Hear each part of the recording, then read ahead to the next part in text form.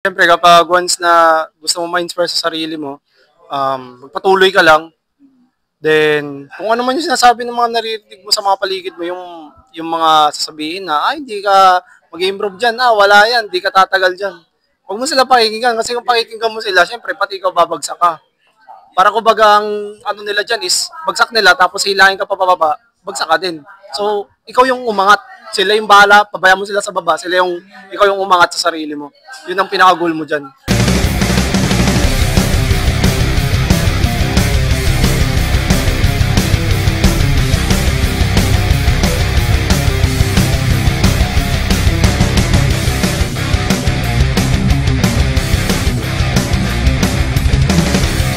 Hello everyone, this is Kian from Reaper Rocker. On today's episode, nag-band interview tayo at kilalanin natin ang bandang Red Scarlet. At recently, nagbalik sila sa eksena, kaya alamin natin ang tungkol sa banda na to. So, if you're excited to watch this video, don't forget to subscribe to my channel and follow my social media accounts. Let's go! Red Scarlet is a 5-piece band emerging from Manila. Delivers a potent blend of emo and metalcore characterized by its melodic strength and crushing intensity inspired by the bands such as Secondhand Serenade, Alesana, Sausin, Attack Attack, and Bullet for My Valentine. Their performances are known for soaring vocals, eerie guitars, and relentless rhythms. On stage, Red Scarlet unleashes a storm of melodic breakdowns, heavy riffs, and commanding vocals, offering more than just music. They provide a voice for the marginalized and shared space for emotional expression.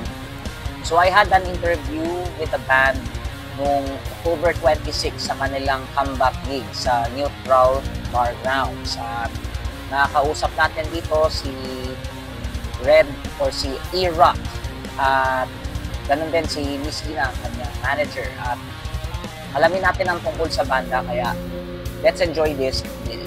Everyone, this is Kian from Reaper Rocker. Yo! At makakasama natin ang bandang Red Scarlet. Nice. Okay, sige, magpakilala muna ang bawat miyembro. Kaya ko nga pala si Ira. Kenji, Ririn, Jason, Clement Bass. ako si Al. Ayun. So, ayun, nagandala ako ng ilang questions at Yan. siguradong makakaya nyong sagutin tong mga questions ko. So, let's start! Wag daw mat.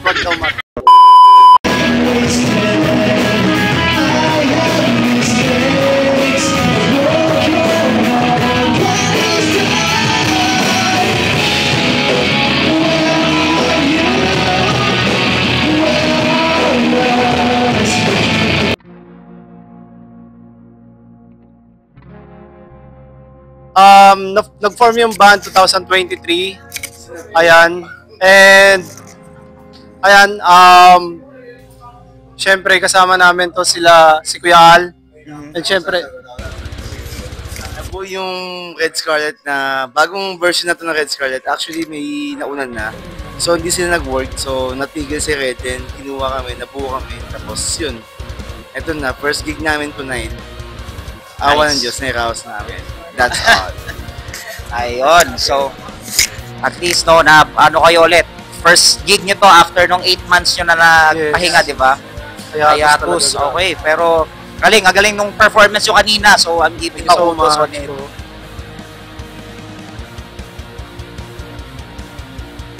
Yun. Yung nakuha yung pangalan ng banda is from mayroon kasi isang paboritong insekto which is ang name niya is Scarlet. Then yung pangalan ko which is Red. Ayan, para syempre mas tumatak dun sa banda, which is yung red is pula, then yung scarlet is deeper color of red, which is blood. Ayan. Nice.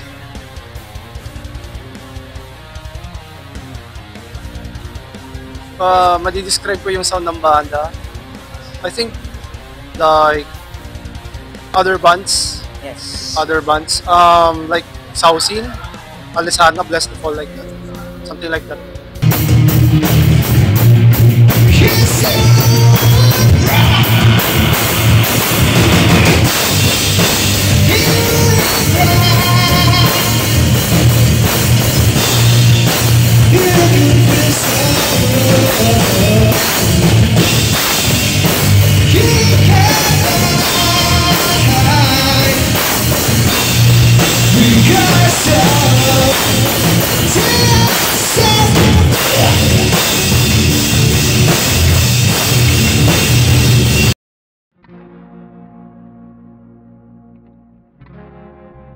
ultimate goal namin is syempre makatapak sa mainstream and syempre matulungan ko rin yung mga ka-members ko. Ayan, masustain namin yung pang-araw-araw. Ayun. Best, wow! House and lot. Pero plano. Plano. Sige, kayo naman, ano yung sa mga ibang members, anong ano nyo, mga parang goal nyo as a member ng Red Scarlet? Goal ko, magawa ko yung gusto ko habang pagtanda ko. Yun lang. Regardless kung umapak na mainstream or hindi. As long as nagagawa ko yung passion ko, may trabaho, nakakain ako, yun lang. Goal ko maging malaya. Nice. Goal ko lang is mag-enjoy lang sa banda. Stay together. Stay together. Ang goal ko is makatungtong ako ng mainstream. Yan, at saka ano ko yan, tawag niya ito. Pangarap ko yan eh. Isa sa pinapangarap ko makatungtong sa big stage talaga. Yan.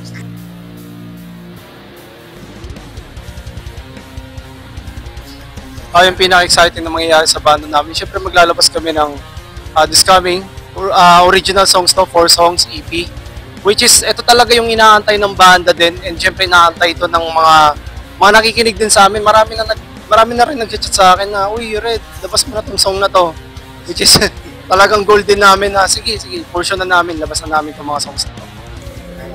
Sa iba naman, parang ano yung exciting sa banda ninyo? Oo. Mas na-excite ako mag-ano. Thailand. Hindi, actually, mas na-excite ako mag-gig dito. Tapos na-excite ako magkaroon kami ng chemistry. Kasi since first gig namin to, medyo nangangapa pa kami. Pero so far na-rouse na. Wala na, nasabi niyo na lang. Saan yun nga? Chemistry lang, tsaka more gigs pa. Ako na-excite ako humetbang.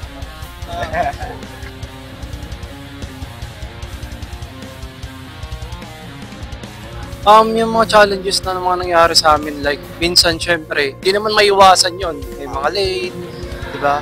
Minsan, may nasisiraan ng gamit. Pero syempre, sa amin, dahil syempre magkakabanda kami, nagkakaintindihan kami, and syempre, tutulungan kami sa mga part na yan. Kung, example, walang cable, di ba? Kung meron ako, provide ako. Kung meron si ganito, provide siya. Ayun. Venues. Struggle ba? Yes. So far yung yun, sa mga member na ngayon, member ng New Red Scarlet, medyo struggle magkaroon ng chemistry since magkakaiba kami ng ng galingan dyan, tapos syempre sa skill. Pero so far na-overcome naman. Pero I hope sa mga future gigs namin, mas mag-improve pa kami. Sabay-sabay kami mga ganun lang. Nice.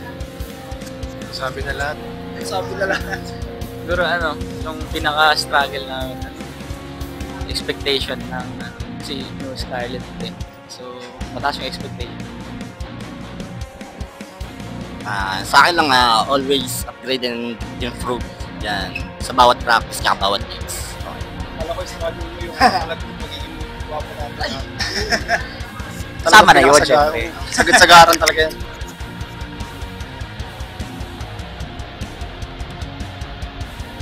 Ay, nag-i-inspire sa amin magsulat ng kanta. Syempre yung bawat isa sa amin kasi may mga pinagdadaanan niya sa buhay, which is yung pinagdudukutan namin din. Then syempre yung mga kanta na pinagdudukutan natin. Ganun. And syempre yung mga songs na mga ilalabas din namin, syempre ang mga sumulat din yan, walang iba kundi syempre yung manager namin, si Ina. Ma'am, Ina. Ayan, syempre, lahat yan, kasama dyan yung mga pain ng banda, pain namin bawat isa sa amin. Siyempre, yung makaka-relate din yung mga tao na nakikinig sa amin na kung ano yung pain na naranasan namin, ito rin yung nararanasan mismo. Yun din. Nice. Oo nga naman. Kasi, di ba, dahil sa mga struggles na yan, di ba? Doon kayo nakakahugot ng inspirasyon para makagawa ng mga kanta. Make sense.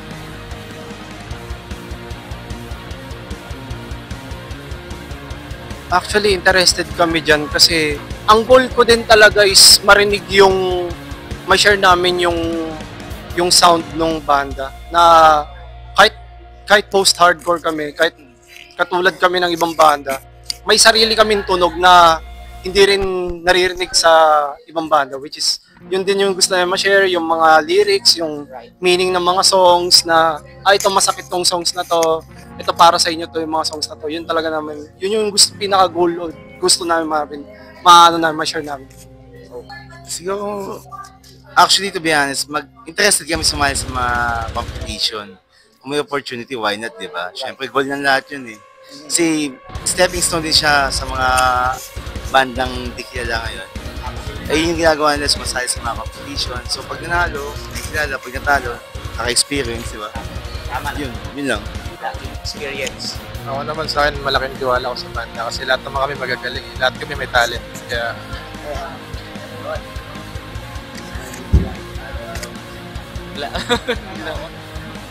Sabi na. Next question.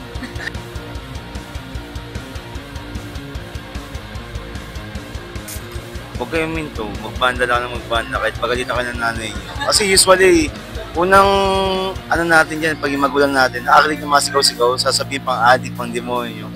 Okay lang yun, magulang yun, normal yan. Pero, yung seryosong, lesson yan. Huwag kayong minto, mag-invest kayo ng gamit. Mag-ipon kayo ng pera para may pambanda kayo. Kasi mahirap magbanda pag walang pera. Trabaho kayo para may pang-tustos. Pero yung iba kasi mayayaman, RK, so di niya kailangan. Pero yung sa mga kagaya namin na yun lang, normal na tao lang, kailangan namin mag-invest ng gamit para makagawa din kami ng magandang kanta.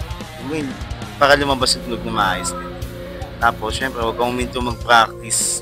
Mag-practice ka, ganun. Huwag kang magpa-practice sa studio, dapat sa bahay. Yung studio, rehearsal yun. Ayun, syempre, syempre kapag once na gusto mo ma-inspire sa sarili mo, patuloy ka lang. Then, kung ano man yung sinasabi ng mga naririnig mo sa mga paligid mo, yung mga sasabihin na, hindi ka mag-improve dyan, wala yan, hindi ka tatagal dyan. Huwag mo sila pakikinggan, kasi kung pakikinggan mo sila, syempre, pati ikaw babagsak ka. Para kumbaga ang nila dyan is, bagsak nila, tapos hilahin ka pa pababa, bagsak ka din. So, ikaw yung umangat. Sila yung bahala, pabayaan mo sila sa baba, ikaw yung umangat sa sarili mo. Yun ang pinaka-goal mo dyan. Yun lang, so just excel yourself, tsaka i-challenge mo lalo yung sarili mo para mas lalo ka pang ma-ingganyo sa ginagawa mo. Tsaka para lahat ng mga gusto mo, nagagawa mo rin. Huwag kang i-stop, tuloy mo lang yung pangarap mo, maabot mo rin yan. Yun lang. Tama, huwag kang mag-addict. May advice ko, crush your heart. Sundin mo lang yung ng puso mo. Go lang ng go. ay, sa akin naman, mga advice ko sa mga nag-aaral, magbandal lang kayo kasi nakakasira ng pag-aaral yun. Ay, hindi, baliktad. Nakakasira ng pagbabanda yung pag-aaral. Hindi, joke lang. Bali, ang mga advice ko sa mga, lalo na yung mga estudyante na nagbabanda, kumbaga, i-balance lang nila yung yung passion tsaka yung pag-aaral nila. Mas importante pa rin yung pag-aaral. Pero syempre kung nasa dugo mo na yung pagiging musikero, tuloy-tuloy mo lang. Ang key lang naman dyan is, kumbaga mag-practice ka lang na mag-practice hanggang sa kung ano yung gusto mo sa instrumento, doon ka lang mag-focus. May enhance na lang yan sa mga kasamaan mo, may expose ka ganun. So, mas maganda pang magbanda kaysa magbisyo. Wag lang mag-shabu. Alright, so that was all for the video ng interview natin with Red Scarlet. Muli, nagpapasalamat ako kay E-Rock sa kanyang pag-unlock ng interview at sa kanyang banda. At again, congratulations din sa banda nyo sa pagbabalik niyo, and I'm looking forward na mapakinggan ang upcoming EP nito. Let's check out the mosh spots that we could visit for the following days.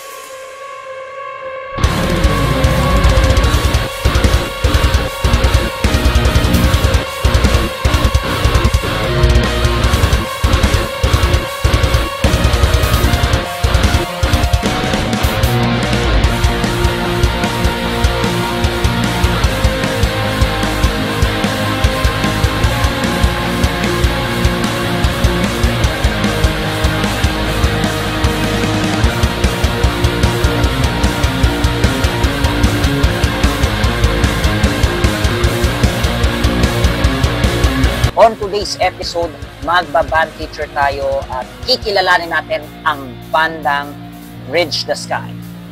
Isang post-hardcore band. Alright, so that was all for the video for today, and let me know in the comment sections anong masasabi nyo sa Red Scarlet. Feel free to comment down below, and if you like this video, don't forget to send a thumbs and consider subscribing. Magkita-kita tayo sa susunod na episode. This is Kian signing off. Rock on, Pilipinas!